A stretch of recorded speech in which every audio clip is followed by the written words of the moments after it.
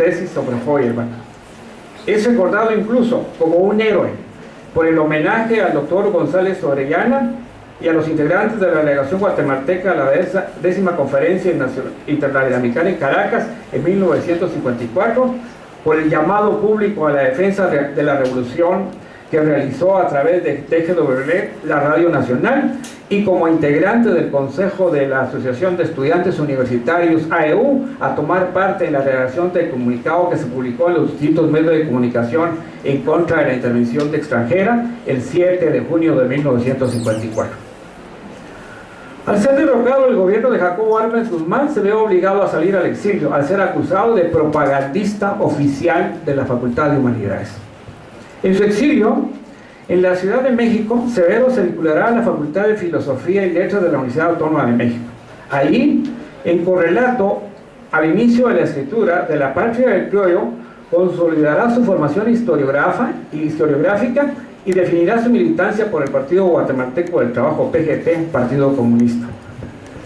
En la Facultad de Filosofía y Letras recibirá clases de connotados historicistas como Edmundo O'Gorman y Leopoldo Sea, y connotados marxistas como Pablo González Casanova y con Wenceslao Roses.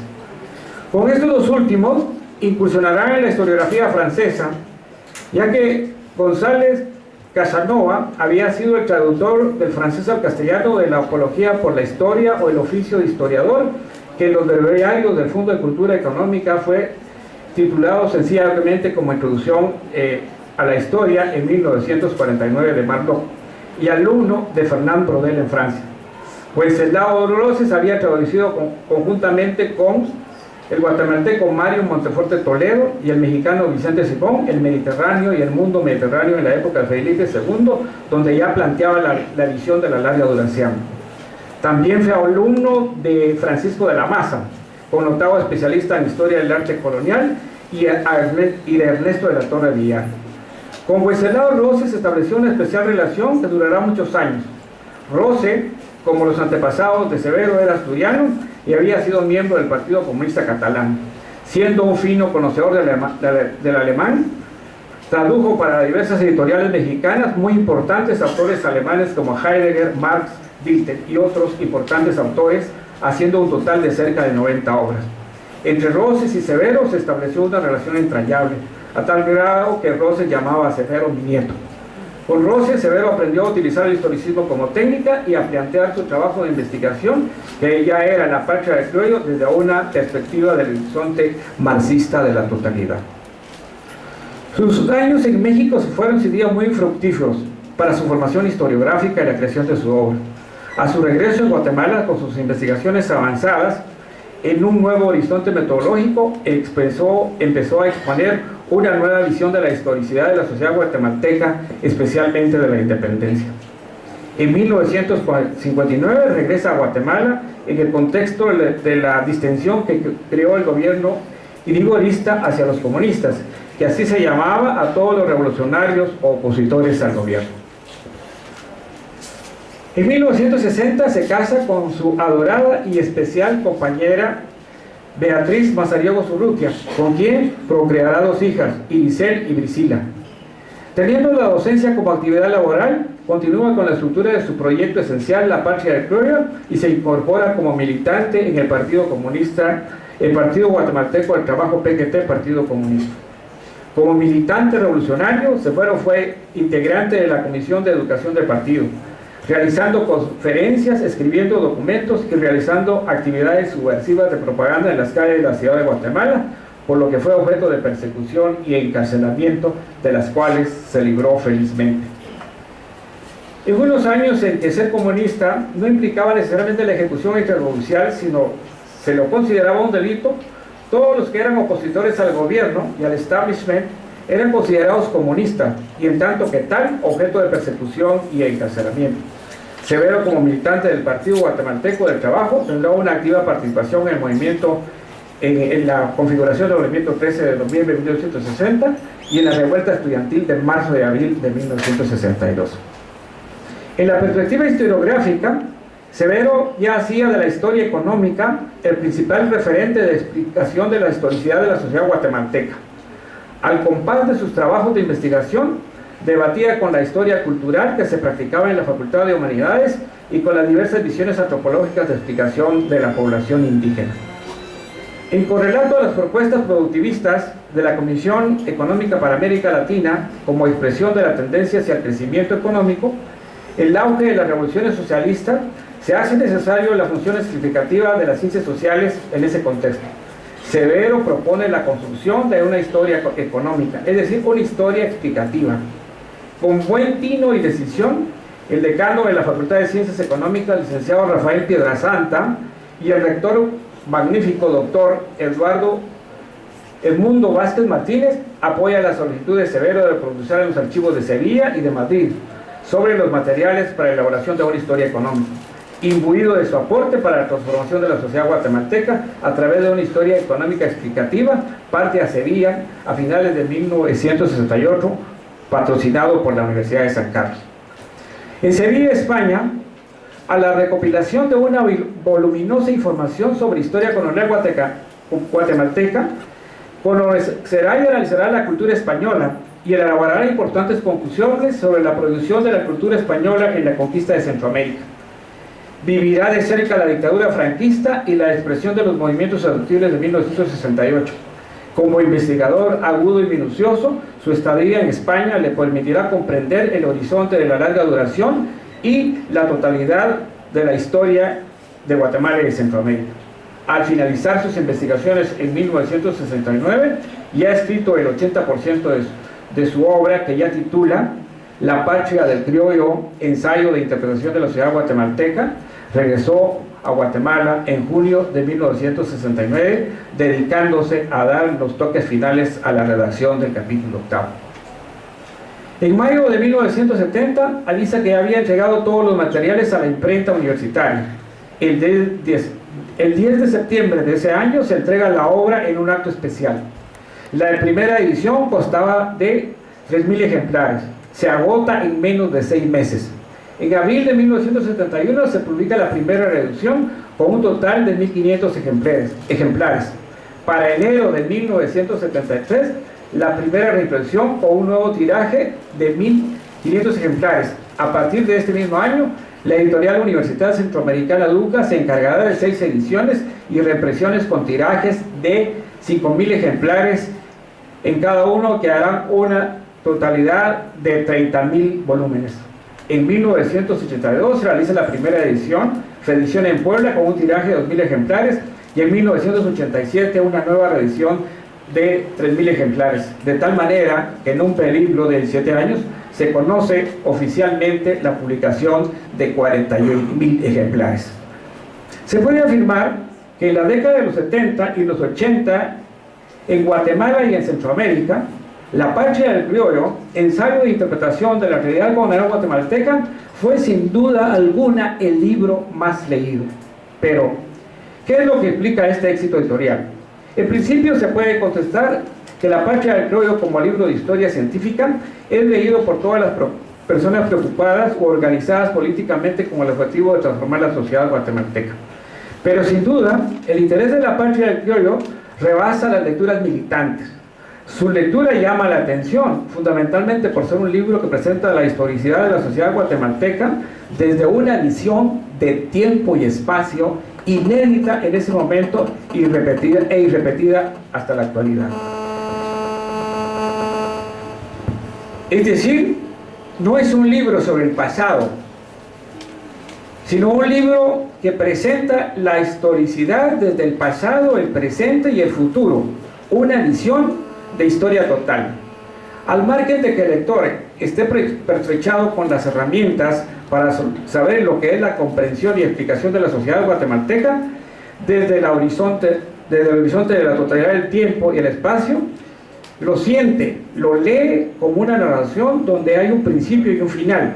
Es una novela en donde se enfrentan los indios y los criollos.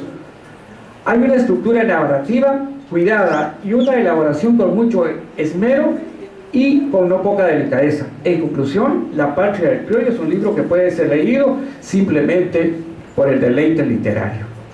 Sin embargo, en el plano ideológico doctrinario es donde se hace más ruido y se abre el debate sobre el contenido de su obra. En efecto, el capítulo 8, su posicionamiento ideológico político, como no puede ser de otra manera, en este capítulo, Severo, sin sacrificar la objetividad, afirma que el indio como trabajador forzado no puede ser sujeto revolucionario, porque para ser sujeto revolucionario tiene que dejar de ser trabajador forzado. Al margen de que el debate no ha perdido actualidad en torno a esta tesis, en donde han gravitado las críticas, es en torno a esta tesis en donde han gravitado las críticas más agrias e incluso viscerales.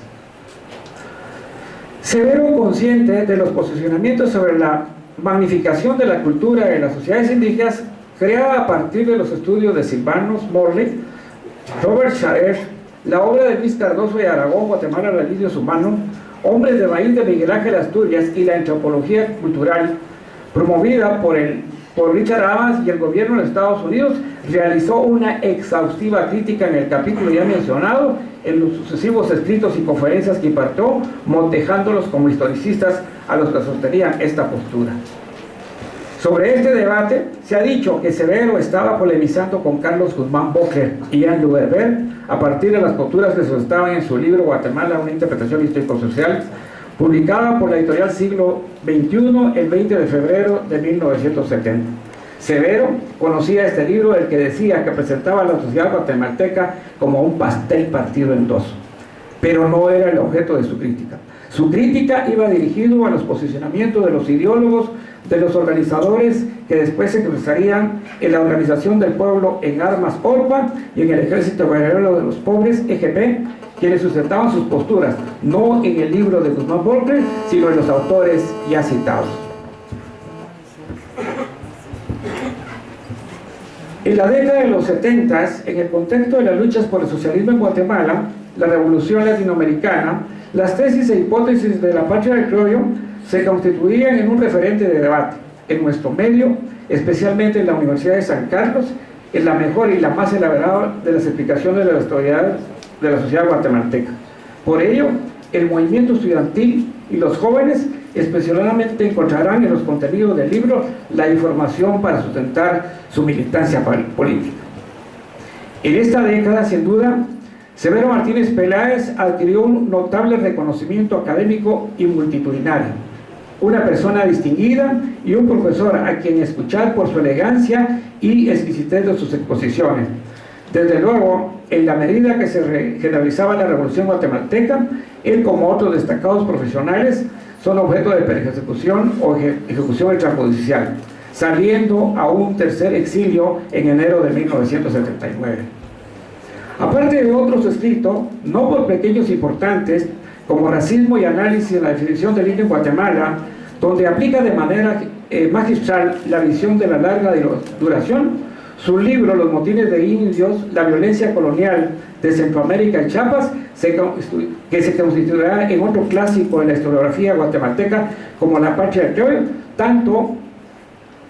se constituirán en clásicos tanto como La patria del criollo, en tanto que nunca están de moda, pero son siempre leídos. 45 años después de la publicación de La patria del criollo, 17 años después de la desaparición física, es importante recuperar su obra y su figura, no solo porque a través de la misma encontramos las complejidades de las luchas del siglo XX, sino porque su vida es ejemplo de compromiso que debe acompañar al noble oficio del historiador. Porque la vida de Severo está especialmente dedicada a la creación historiográfica y a la docencia universitaria, pero desde un compromiso político de transformación de la realidad guatemalteca. Y si su vida y su obra siempre tuvo como horizonte la dignidad, la libertad y la plena de libertad de la condición humana, su trabajo de historiador siempre lo relacionó al objetivo y función liberadora y revolucionaria que debe de tener toda obra historiográfica que realmente se precie de científica. Cuestión de qué manera magistral integró cuando en una de sus últimas cartas definió el trabajo de historiador y su vocación como de mago, de brujo, de artesano, que con viejos relatos y antiguas noticias, extraña materia de su oficio, labra señales y mensajes en páginas donde aparecen vivas muchas vidas que se suponían muertas. Artesano que en el silencio de su taller escucha los voceríos, fiestas y duelos que llegan como ecos rebasando cumbres y ciclos, y con las voces y los sudores y agonías de seres que existieron, compone lecciones para los que hoy vienen y aún para los que no han llegado. Muchas gracias.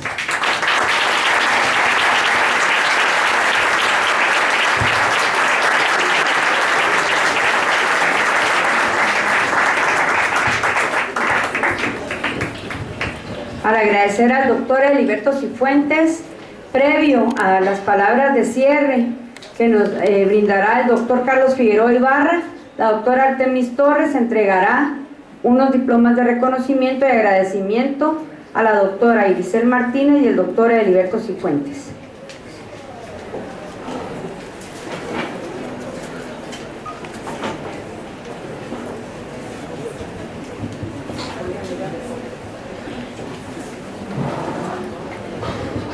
Bueno, queridos amigos, muchas gracias por la exposición al doctor Heliberto Cifuentes. Voy a tener el gran gusto y el honor de poder entregar este diploma que dice Universidad de San Carlos de Guatemala, Escuela de Historia, Escuela de Ciencia Política, Benemérita Universidad Autónoma de Puebla, otorgan diploma de reconocimiento a la doctora Iricel Martínez por su apoyo y participación en el acto de inauguración de la cátedra Severo Martínez Peláez de la Escuela de Historia el día lunes 9 de marzo del año 2015. Aparecen las firmas y los sellos del maestro Marcio Palacios, director de la Escuela de Ciencia Política, y de su servidora como directora de la Escuela de Historia. Muchísimas gracias, Iricel.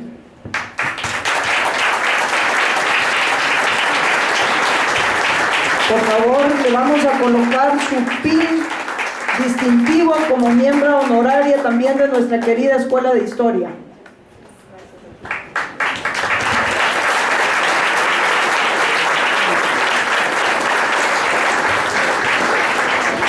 De igual forma, queridos amigos, le vamos a otorgar también un diploma de reconocimiento al doctor Heliberto Cifuentes Medina, no sin antes hacer dos reflexiones a esa brillante exposición que esta noche ha compartido.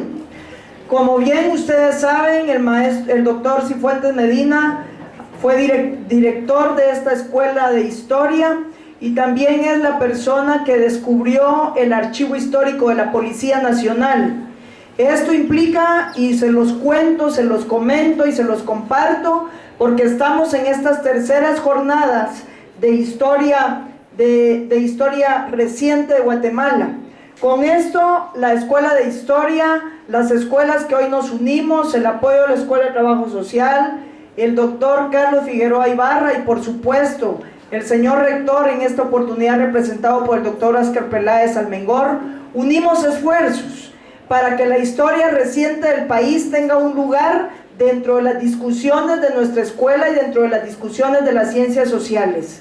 Sabemos lo complicado, lo comprometido y lo sensible que son estos últimos temas, queridos compañeros, pero estamos escribiendo, estamos haciendo investigación sobre los mismos y por supuesto estamos haciendo estas jornadas de historia reciente que recuperen una vez más estos temas que son tan complicados también desde la perspectiva teórica para la teoría de la historia, puesto que el ciclo de la historia contemporánea se ubica en un punto de referencia en donde no sabemos con exactitud la interpretación de la teoría de una historia contemporánea y de una historia actual en nuestro país. Quiero decirles que con la conferencia magistral que hoy nos proporcionó el maestro Cifuentes, encontramos no solo una posibilidad de comprender a un Severo Martínez desde la tradicional biografía que nos presentan las historias positivistas, sino que encontramos todo un discurso estructurado en donde podemos verificar ese Severo Martínez como el cientista social que trasciende, como lo decía hace algunos minutos, para convertirse en un pensamiento también y en una posibilidad histórica universal. Compañeros, La Patria del Criollo y la obra de Severo Martínez rompe de una vez por todas de ese modelo tradicional positivista que las ciencias sociales estaban impregnadas y que habían sido la herencia académica y la herencia institucional de gobiernos liberales que habían fragmentado el conocimiento de las ciencias sociales y que habían hecho del discurso de la ciencia histórica un relato de crónica, un relato de memoria, un relato saturado, en donde el documento era la única fuente posible de conocimiento y en donde la capacidad del historiador y del cientista social era totalmente anulada en sus futuras interpretaciones. Este diploma dice Universidad de San Carlos de Guatemala, Escuela de Historia, Escuela de Ciencia Política, Benemérita Universidad Autónoma de Puebla, otorgan diploma de reconocimiento al doctor Edeliberto Cifuentes Medina por impartir la conferencia magistral Historia y Revolución en la inauguración de la cátedra Severo Martínez Peláez, el día lunes 9 de marzo del año 2015, y aparecen los sellos y firmas del maestro Marcio Palacio, director de la Escuela de Ciencia Política, y de su servidora como directora de la Escuela de Historia. Muchísimas gracias.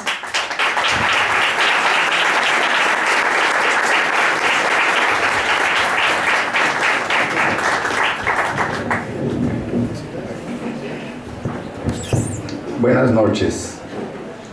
Antes que nada, quiero pedir una disculpa porque solo vine a decir que no iba a venir. La causa estuvo totalmente fuera de mi voluntad. Aquí cerca de la ciudad universitaria se ha observado uno más de los múltiples hechos de violencia que hacen que Guatemala, El Salvador y Honduras sea la región más peligrosa del mundo. Tardé 2 horas en llegar hasta acá. Les pido una gran disculpa, pero fue algo ajeno a mi voluntad.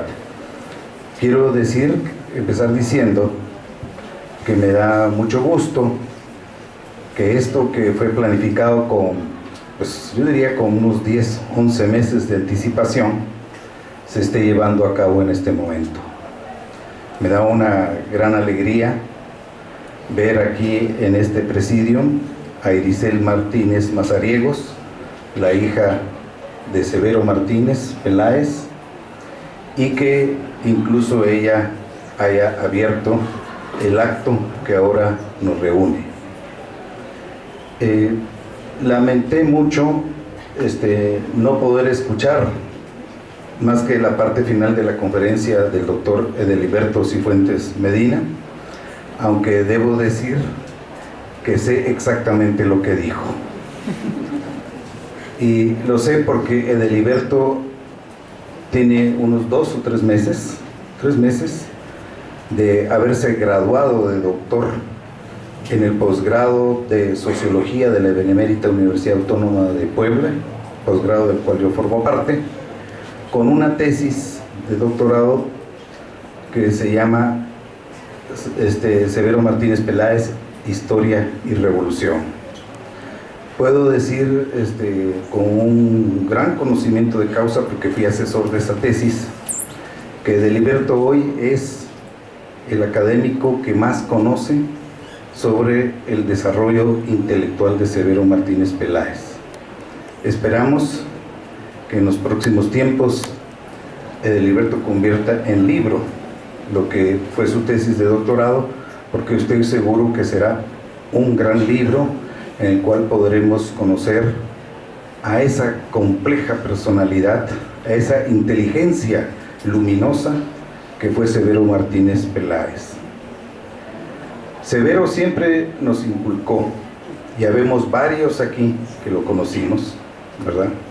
Por ejemplo, advierto aquí uno de sus más antiguos alumnos, el arquitecto Chepe Asturias, alumno de Severo desde que era un jovencito, y hoy ya está peinando, o semi-peinando canas como yo, ¿verdad? Me alegra mucho también ver presente a varios integrantes de la familia Mazariegos, una familia muy vinculada a Severo. Por ahí atrás está Alfonso Batres Valladares, quien fue también una persona muy cercana a Severo en aquellos años en que se formó el curso de Socioeconomía General y de Historia General de Centroamérica en la Facultad de Ciencias Económicas. Está Silvia, a quien saludo con mucho gusto, que también forma parte del Instituto de Investigaciones Económicas y Sociales, en la época en que Severo era un investigador y Silvia y yo éramos asistentes de investigación. También está presente aquí Miriam Cabrera, a quien le mando un abrazo. Y bueno, no voy a seguir mencionando porque siempre uno mete la pata y deja de mencionar algunas gentes, pero bueno, es una gran alegría. Pero decía, Severo hizo una historia de hace, qué sé yo, 200 años para atrás. Pero Severo siempre pensó que la historia, como la poesía de Gabriel Zelaya, era un arma cargada de futuro. Se hacía historia y el gran reto de aquel historiador que estaba soñando con un futuro para Guatemala era hacer una historia que sirviera para interpretar el presente y que con esa interpretación del presente se construyera el futuro de este país. Por cierto, un futuro que Severo siempre imaginó, siempre soñó, como un futuro libre de racismo, libre de explotación, libre de tiranías, libre de oscurantismos. Su obra, la obra de Severo, se gestó en el contexto de un estado oscurantista. El propio Severo sufrió persecución, exilio, incluso cárcel, por poner su inteligencia al servicio de una interpretación de la historia de Guatemala que sirviera para construir una sociedad enteramente distinta a la que aún ahora, cuando han pasado ya muchos años de su muerte, sigue perviviendo, ¿no? Una sociedad llena de violencia, ¿verdad? Llena de hechos trágicos e incluso de tragedias cotidianas. Agradezco profundamente a la doctora Artemis Torres, quien es la directora de la Escuela de Historia, a la licenciada Rosaura Gramajo, que también nos hizo el favor de estar presente acá, también a el doctor Marcio Palacios, que también auspició con gran agrado la instauración de esta cátedra, que esperamos sea un espacio en el que hoy se abre, un espacio académico que hoy se abre y que en el futuro dé acogida a todas aquellas reflexiones sobre las ciencias sociales y en particular sobre la historia, que sean reflexiones críticas con respecto a la historia y la sociedad de Guatemala. La Escuela de Historia en los últimos 3 años,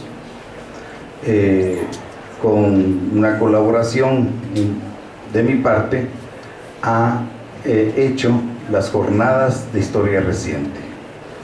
El día de mañana vamos a comenzar las terceras jornadas de historia reciente aquí en la Escuela de Historia, en las cuales pues la concepción es precisamente una concepción que Severo tenía muy en mente: hacer una historia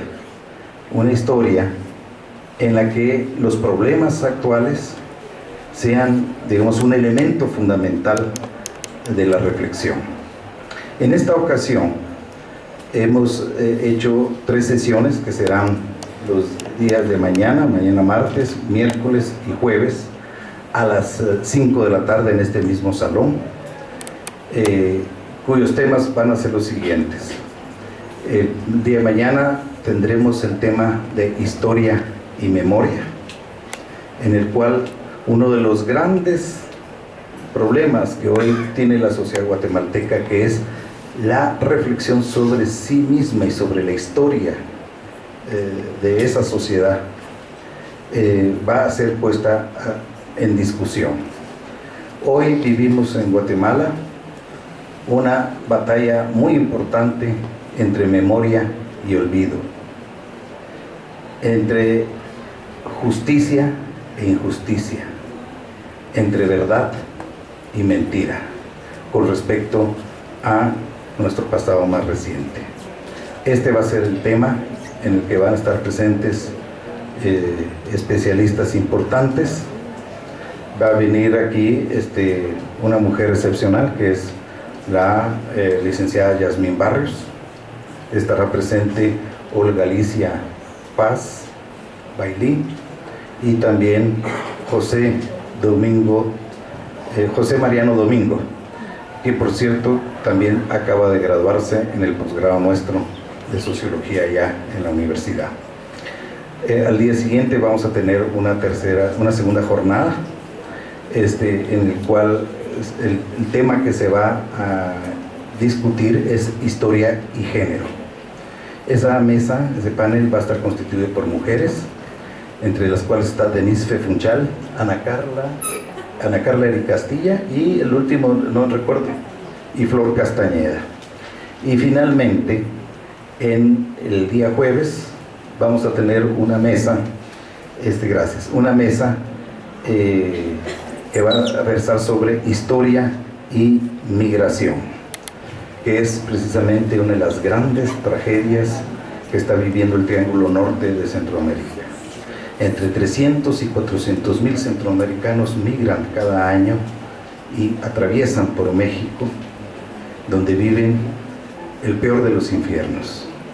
Hace unos años 20,000 de esos migrantes eran secuestrados cada año con el fin de extorsionarlos, y muchos de ellos han sido asesinados o regresan mutilados por subirse en el tren de la muerte. Entonces el tema de la migración es un tema fundamental. Para ello vamos a contar con el licenciado Factor Méndez Dolinelli, con el licenciado Álvaro Caballeros y con el doctor Ramón Cadena, que nos van a hablar de ese tema. Les hacemos una exhortativa a todos ustedes a que nos acompañen en estos 3 días de reflexión, en el que la Escuela de Historia, una vez más, va a dar muestra, bajo la gestión de la doctora Artemis Torres, del compromiso entre la reflexión académica y la visión crítica que se puede tener de la sociedad. Un sueño que siempre tuvo Severo en mente y con el cual se murió. Muchas gracias a todos ustedes.